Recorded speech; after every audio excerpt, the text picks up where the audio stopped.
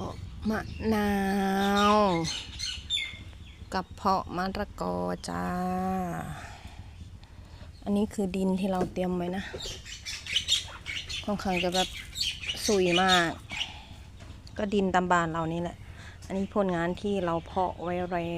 วเราก็เอาไปปลูกแล้วมั้งนะอันนี้ที่เพาะไว้แล้วมะนาวอันนี้มะละกอขึ้นดีมากเลยนะอันนี้เราให้ต้นโตก่อน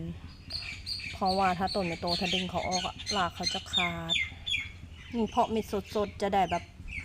จะได้ดีแบบเนี้ยต้นมันจะแข็งแรงอันนู้นเพาะ